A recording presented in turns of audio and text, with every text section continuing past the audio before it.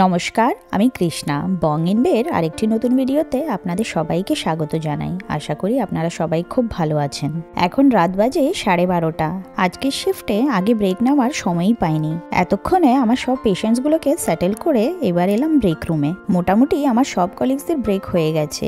আমরা যে যখন সময় পাই তখন আমাদের ব্রেক নিই। আমি 12 ঘন্টার শিফটে কাজ করি, তাই আমরা দুটো ব্রেক পাই, একটা 30 মিনিট আর একটা 45 মিনিটের ব্রেক। আর অনেক সময় কাজের এত ব্যস্ততা থাকে যে একটা ব্রেক তো মিসই হয়ে যায়। আজকে আমার এক বন্ধু পনির মাখনি বানিয়ে এনেছিল, তাই আমার জন্য অল্প টিফিনে রেখে গেছে। আমি ওকে পই পই করে বলেছি যে আমি টিফিন এনেছি, তাও আমার জন্য জোর করে একটা টিফিনে রেখে গেছে। এখন আমি সেটাই টিভি দেখতে দেখতে এনজয় করছি। এখন বাজে সকাল 8টা। শিফট শেষ করে এখন আমি বেরিয়ে পড়েছি। একবার চারিদিকটা দেখুন, পুরো কুয়াশায় ঢাকা। বেশ কয়েকদিন ধরে জম্পেশ ঠান্ডাটাও পড়েছে। এই ধরনের কুয়াশা আমার বেশ ভালোই লাগে, একেবারে রাজ মুভির মতন ফিলিং দেয়, তাই না? এই ধরনের ওয়েদারে একটাই প্রবলেম যে দূর অব্দি দেখা যায় না। আমি একটু জানলাটা খুলে দিয়েছি, হাওয়াটা কি ফ্রেশ, খুব ভালো লাগছে। আমার বাড়ি পৌঁছতে পৌঁছতে বাচ্চারা অলরেডি স্কুলে চলে যায়, আর যতক্ষণে ওরা স্কুল থেকে ফেরে ততক্ষণে আমিও ঘুমিয়ে টুমিয়ে ফ্রেশ হয়ে নিই। অফিস থেকে বাড়ি আমার মোটামুটি আধ ঘন্টা মতন ড্রাইভ। দেখুন, বাড়ি পৌঁছে গেছি, এখনো কিন্তু কুয়াশা কাটেনি। কর্তামশাই সকাল সকাল উঠেই কাজে বসে পড়েছে। আজকে ওর ওয়ার্ক ফ্রম হোম। চলুন এবার আমি যাই। সবাই যে যার কাজে ব্যস্ত হয়ে পড়েছে, আমিও ফ্রেশ হয়ে একটু খেয়ে দিয়ে ঘুমিয়ে পড়ি। দেখতে দেখতে বিকাল হয়ে গেল। বাড়িতে সবজি বাজার একদমই নেই, তাই প্রথমে আমরা চলে এসেছি ওয়ালমার্টে। ওয়ালমার্ট থেকে আমরা কস্টকোতেও যাব। আমাদের বাড়ির কাছে যে ওয়ালমার্টটা আছে সেটা হলো সুপার সেন্টার। অন্যান্য জায়গার ওয়ালমার্ট থেকে বিশাল বড়, আর অনেক বেশি ভ্যারাইটির জিনিসপত্র পাওয়া যায়। দেখুন ওর হাতে যে অ্যাভোকাডোগুলো আছে সেগুলো কি বড় বড়। আমার পার্সোনালি মনে হয় এই ওয়ালমার্টে ফল সবজি কস্টকো থেকেও ভালো পাওয়া যায়। কস্টকোতে তো সবকিছু বাল্কে পাওয়া যায়, তখন অনেক সময় প্যাকেটে কয়েকটা খারাপও পড়ে। কিন্তু অন্যান্য জিনিসপত্র যেমন দুধ, ডিম, এগুলোর জন্য কস্টকো বেস্ট। ওয়ালমার্ট থেকে টুকিটাকি জিনিসপত্র নিয়ে এবার আমরা চলে এসেছি কস্টকোতে। কস্টকোতে ঘুরতে ঘুরতে চোখ পড়ল এই মেপল সিরাপের উপরে। এই ব্র্যান্ডটা ফার্স্ট টাইম দেখছি। এই সিরাপটা অর্গ্যানিক মেপল সিরাপ। নর্মালি আমি এই কার্কল্যান্ড ব্র্যান্ডেরই মেপল সিরাপ এখানে দেখি। অনেক ভেবে চিনতে আজকে এই ক্রাউন মেপল সিরাপটাই নিলাম। দেখা যাক কেমন হয় খেতে। আশা করি গরম গরম প্যানকেকের সাথে ভালোই লাগবে। মোটামুটি সবকিছুই নেওয়া হয়ে গেছে। এবার চলুন বাড়ির দিকে যাই। আজকে লাঞ্চে খুব হেভি খাওয়া হয়েছে, তাই আজকে ডিনারটা লাইট করব।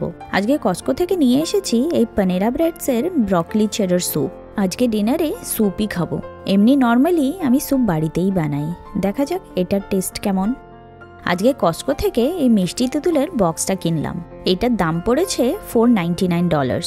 মিষ্টি তেঁতুল পড়ে একটু স্কেপটিক্যালি ছিলাম যে তেঁতুলও আবার মিষ্টি হয়, কিন্তু খেয়ে একেবারে আমরা ফিদা। আমাদের তো ভালো লেগেইছে, কিন্তু আমাদের থেকেও ভালো লেগেছে আমার মেয়ে মিষ্টুর। মাত্র 2 দিনে আমার বাড়িতে এই বক্সটা শেষ। এই তেঁতুলগুলো প্রোডাক্ট অফ থাইল্যান্ড। আমার বাড়িতে তো এই মিষ্টি তেঁতুল হিট। আপনারাও কিন্তু ট্রাই করতে পারেন। দেখুন কত ইজিলি খোসাটা ছুলে নিলাম, আর ভিতরে আছে পাকা তেঁতুল, দারুণ মিষ্টি। কস্টকো থেকে আনা তেঁতুল তো 2 দিনে শেষ। জানতাম না যে মেয়ের এত ভালো লাগবে, তাই ভাবলাম তেঁতুলের আচারই বানিয়ে নিই। এখানে আমি কড়াইতে ড্রাই রোস্ট করে নিচ্ছি শুকনো লঙ্কা, মৌরি আর জিরে। সামান্য রোস্ট হওয়ার পর এটাতে তেজপাতা দিলাম। স্লো আঁচে নেড়ে চেড়ে ভাজা করে নিলাম। ভাজা হয়ে যাওয়ার পরে এটাকে একটু ঠান্ডা করে গ্রাইন্ড করে নিয়েছি। এইবারে তেঁতুলগুলোকে একটু নরম করে নেব। এই তেঁতুলগুলো ইন্ডিয়ান মার্কেট থেকে এনেছি। ছোট প্যাকেটটা হলো সিডলেস তেঁতুল, আর বড়টা উইথ সিডস। তেঁতুলের ব্লকগুলোকে একটু ছাড়িয়ে গরম জলে ভিজিয়ে রাখবো, যাতে এটা একটু নরম হয়ে যায়। যেই প্যাকেটটা সিডলেস সেটা তো তাও নরম আছে, যেটাই বড় ব্লক খুব শক্ত। এটা লুজেন আপ করতে যা স্ট্রাগল করতে হচ্ছে, আমার তো মনে হচ্ছে একটা বড় ব্লকের বদলে 2টো ছোট প্যাকেট আনলে ভালো করতাম।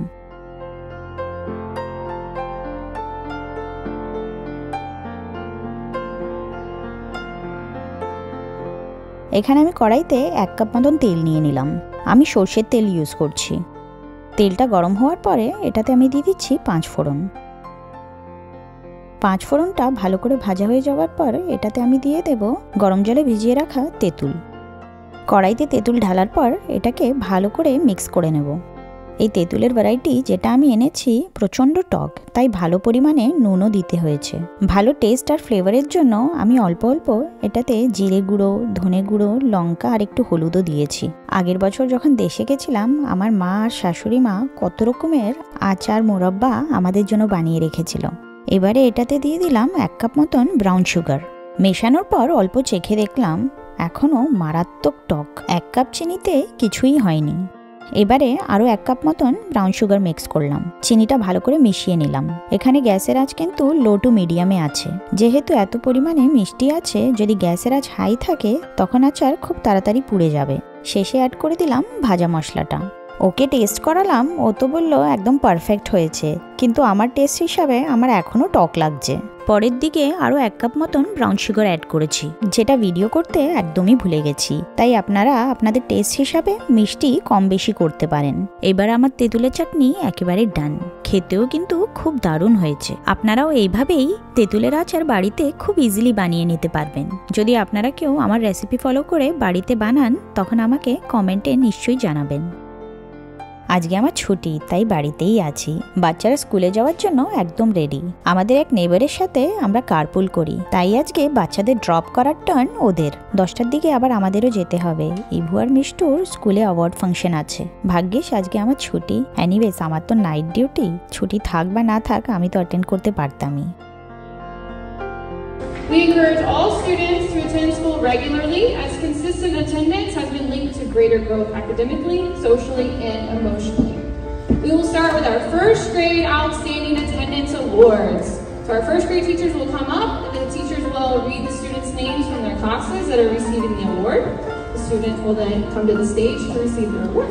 When I call your name, please come up here for Outstanding Attendance. Aisha B, A3, এখন ছোট বাচ্চাদের অ্যাওয়ার্ড সেরেমনি চলছে, যেখানে মিষ্টুও অ্যাওয়ার্ড পাচ্ছে ফর আউটস্ট্যান্ডিং অ্যাটেন্ডেন্স। এখানে ছোট ক্লাসের বাচ্চাদের শুধু অ্যাটেন্ডেন্সের জন্যই অ্যাওয়ার্ড দেওয়া হয়, যাতে ওরা উৎসাহ পায় আর রোজ স্কুলে আসে। All right, let's give this group a round of applause.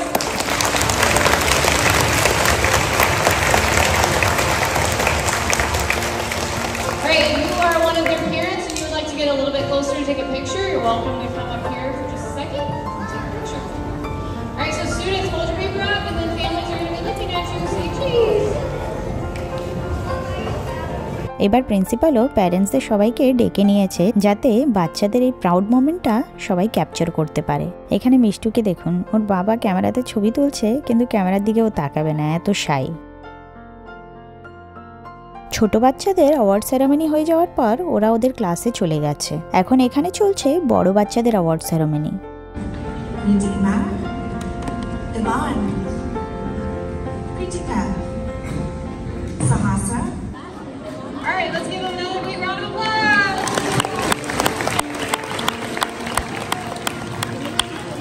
আজকে আমার ইভু পেয়েছে 2টো অ্যাওয়ার্ড।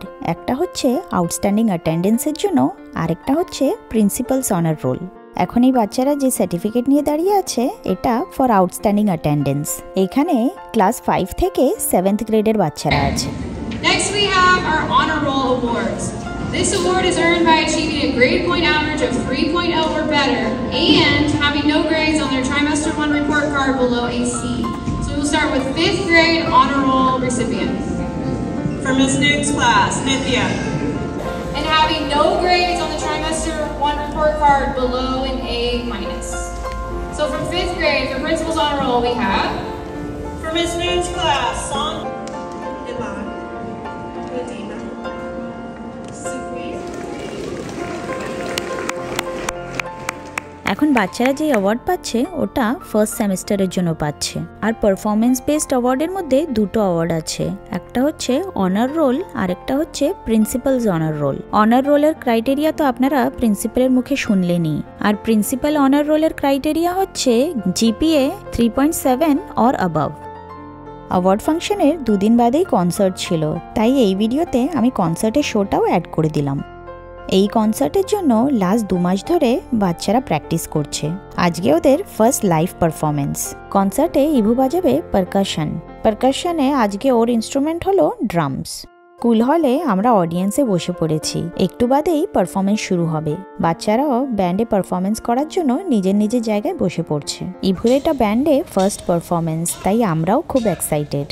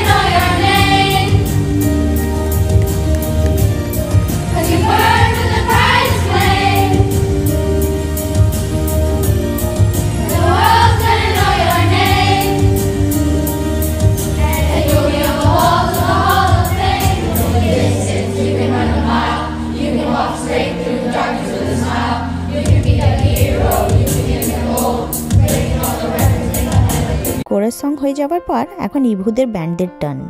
আজকে ইভু তো এক্সাইটেড ছিলই, কিন্তু তার থেকেও বেশি এক্সাইটেড ছিলাম আমরা। আজকে ইভুর গ্রুপ প্লে করছে মেকানিক্যাল মনস্টার্স বাই র্যান্ডেল স্ট্যান্ডরিচ।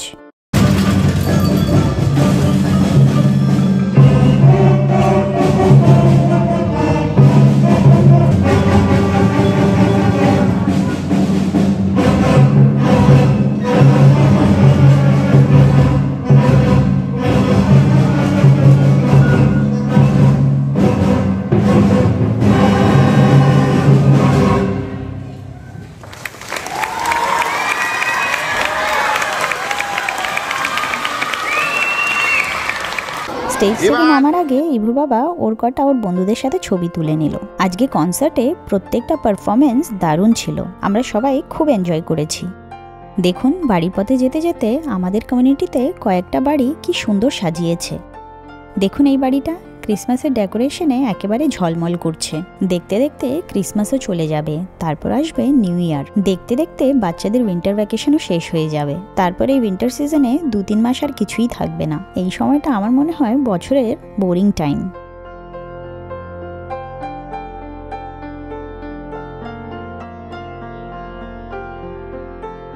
এই বাড়িটা দেখুন কি অপূর্ব সাজিয়েছে। বাড়ি সাজাতে তো খুবই ভালো লাগে, কিন্তু একবার ক্রিসমাস শেষ হয়ে যাওয়ার পর এত সরঞ্জাম রাখারও তো জায়গা লাগে। শেষে দেখা গেল সবকিছু গ্যারাজে ঢুকিয়ে গাড়িটাকে বাইরে রাখতে হবে। এই বাড়িটার ডেকোরেশনও খুব সুন্দর। দেখুন লাইটিং ইউজ করে গেট মতন বানিয়েছে।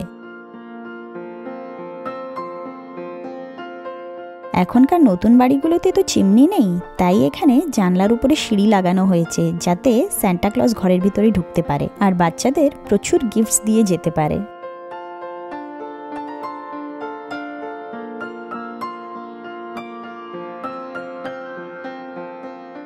এই বাড়িটার ঠিক সামনের দিকের বাড়িটাও খুব সুন্দর সাজিয়েছে। দেখুন রাতের দিকে গাড়িতে বেরিয়ে এই বাড়ির ডেকোরেশনসগুলো দেখতে আমাদের খুব ভালো লাগে। বাচ্চারা তো এনজয় করেই, বাচ্চাদের সাথে সাথে আমরাও খুব মজা পাই। এই বাড়িটার ডেকোরেশনসে দেখুন Santa Claus, snowman, ornaments, candy কেন সবকিছুই আছে। অসাধারণ লাগছে দেখতে, তাই না?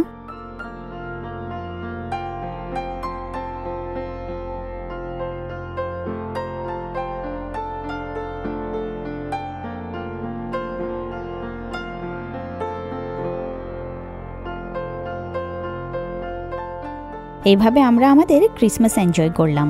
আশা করি আপনাদেরও উইন্টার ভ্যাকেশন খুব ভালো কাটছে। তাহলে আজকের ভিডিওটা এখানেই শেষ করলাম। আবার আপনাদের সাথে দেখা হবে আরেকটা নতুন ভিডিওতে। আমার ভিডিওগুলো যদি আপনাদের ভালো লাগে প্লিজ আমার চ্যানেলকে লাইক, কমেন্ট আর সাবস্ক্রাইব করতে ভুলবেন না। আপনারা সবাই খুব ভালো থাকবেন, সুস্থ থাকবেন। ধন্যবাদ।